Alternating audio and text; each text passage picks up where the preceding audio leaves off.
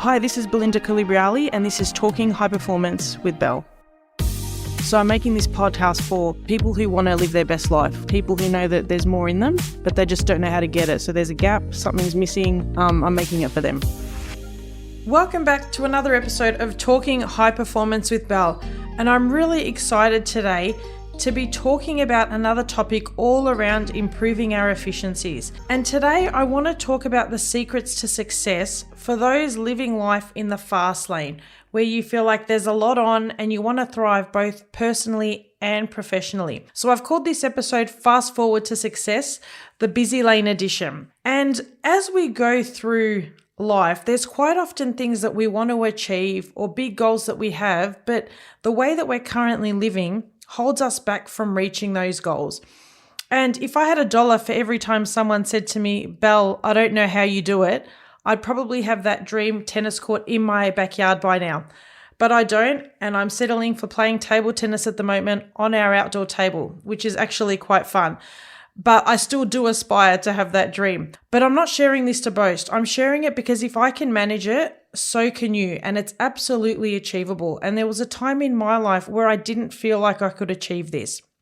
And it's all about a few strategic tweaks that anyone can incorporate in their daily routine.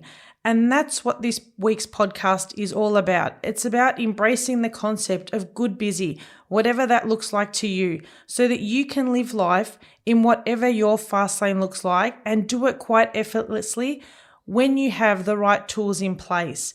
So I want to share a few insights from my own juggling act with 4 young children and talk about the secrets that I incorporate in my own daily routine to maintain balance in my own life. And today I'm going to be sharing with you 4 time management principles that I use to manage work and life in my own life. So I encourage you to think about your life as I'm talking about mine and what you can incorporate that would make your own life easier, and what would make your life easier personally and what would also make your life easier professionally. And think about where are there congruencies, but also where are there incongruencies in what you're doing and how you're living. So the first point that I want to talk to you today is about identifying imbalances. So in the world that we live in, it's so easy to lose sight of balance.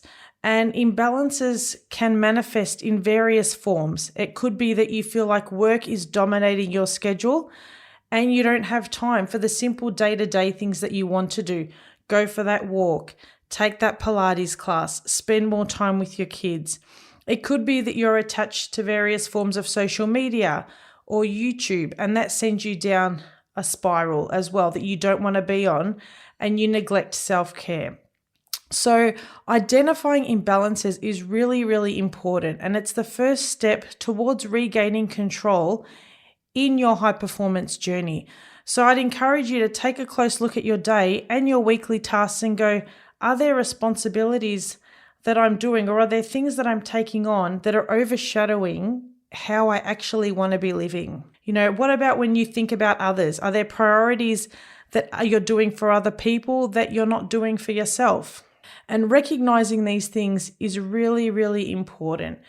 And when we talk about doing work or thriving, it's not about working hard. It's about working smarter and working with purpose. And when you find that you do those things, life just becomes a whole lot easier.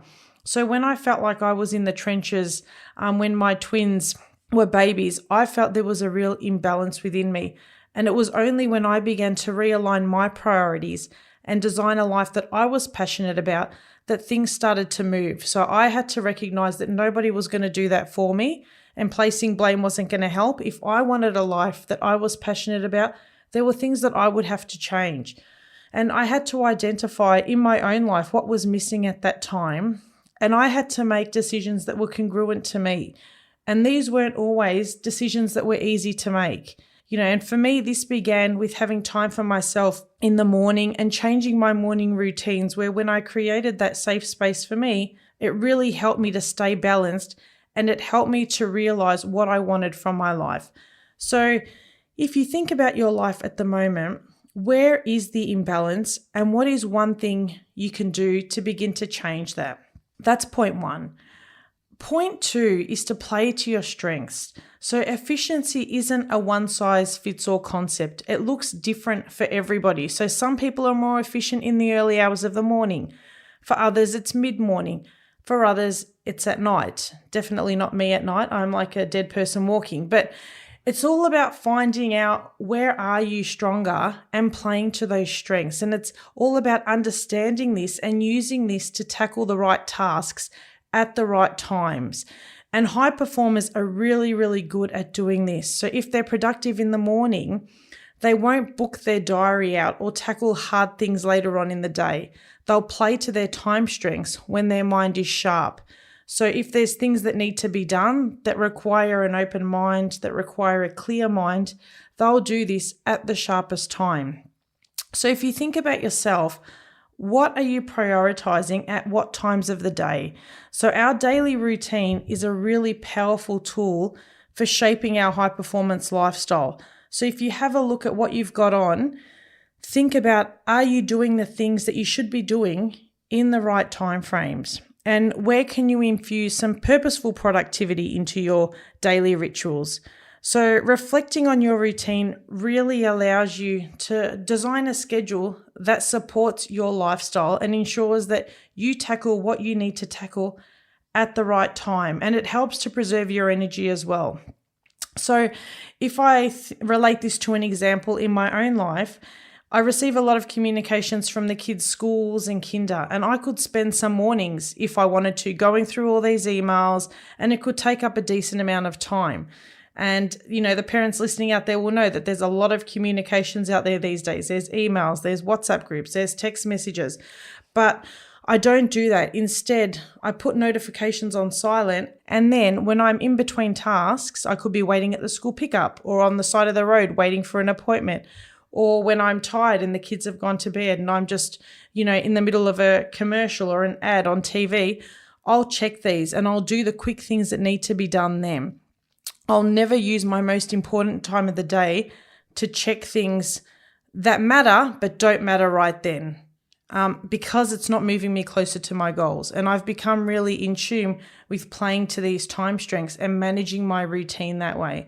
So have a think about your routine and play to your time strengths, because that really, as I said, preserves your energy, but also allows you to be a lot more efficient.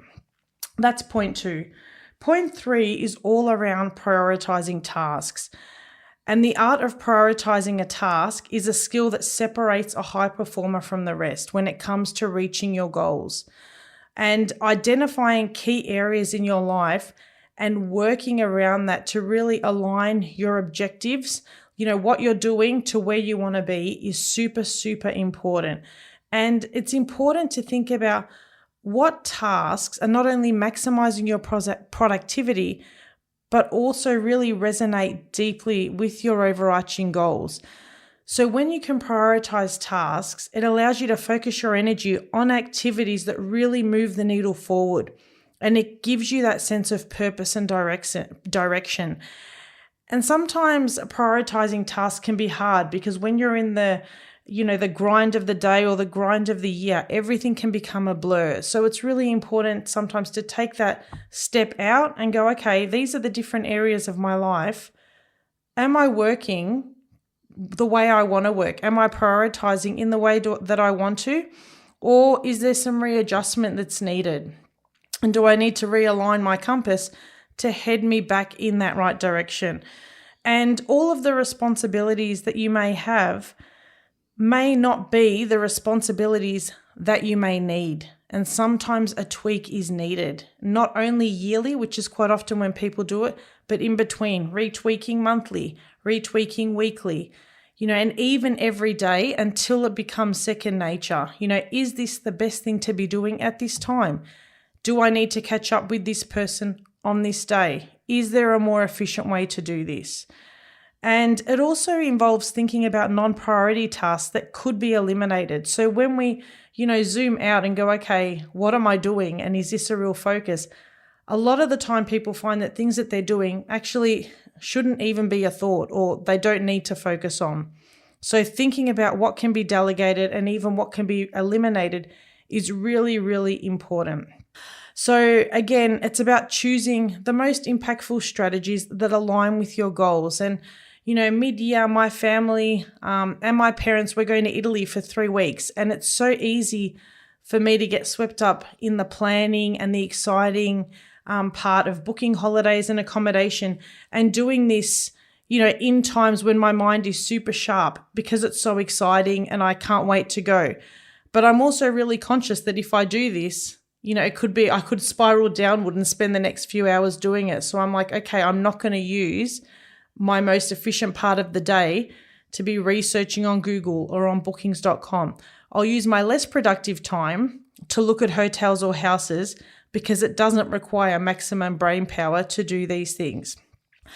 And also getting people that you can outsource. So we've got someone to arrange flights for us. Sure, we can do this, but it takes time. And if something goes wrong while we're overseas, I don't want to be spending my time readjusting my flights. I'd rather outsource this task so that somebody who does it better than me can do it. So if you think about your own life, what can you delegate? Where's there room to improve, to make you more productive and to make you more efficient moving forward? And finally, the last part is about making every moment count. So if you're living life in the busy lane, which, a lot of us are, and we're aiming for a good busy that feels good. My life on paper, if I look at it, sure, it's busy, but it feels quite effortless because there are things in place to help me get to where I want to go. And downtime is really, really important in helping you to live life in the way that you want to and achieve your goals. So, having time away from work, having time just to yourself can be tough to find that time, but it's really, really important in moving you forward. And this is quite often a pain point for many of my clients, that initial, how do I get that time to prioritize me? And high performers know that to make moments count, they need to find time to prioritize breaks and to prioritize time away and to prioritize time for themselves, to prioritize time with their loved ones. And this helps to move them forward. So think about your own life. How do you leverage the little pockets of time or the larger pockets of time throughout your year? For example, waiting to pick up your kids from school or commuting can be transformed into an opportunity for productivity so that you can get that 20-minute power nap during the day, so that you can get that half an hour to read the book, so that you can get that time to go out with your partner for dinner without feeling overwhelmed with everything that you need to do. So by using moments wisely, you can really, really make a difference in the life that you want to live moving forward and create that intentional living. So I hope you've enjoyed today's episode. Living a high performance life is all about working smarter so that you can spend more time doing the things you love.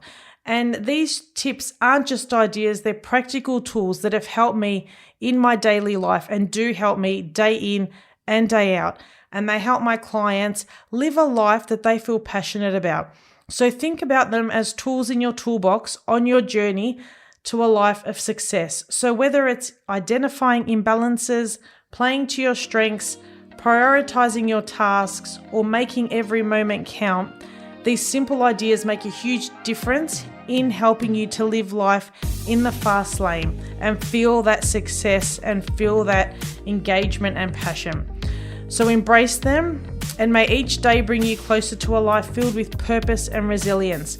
Stay tuned, because next week I'm going to be talking about 5 ways a high performance coach can help you boost your own clarity and productivity.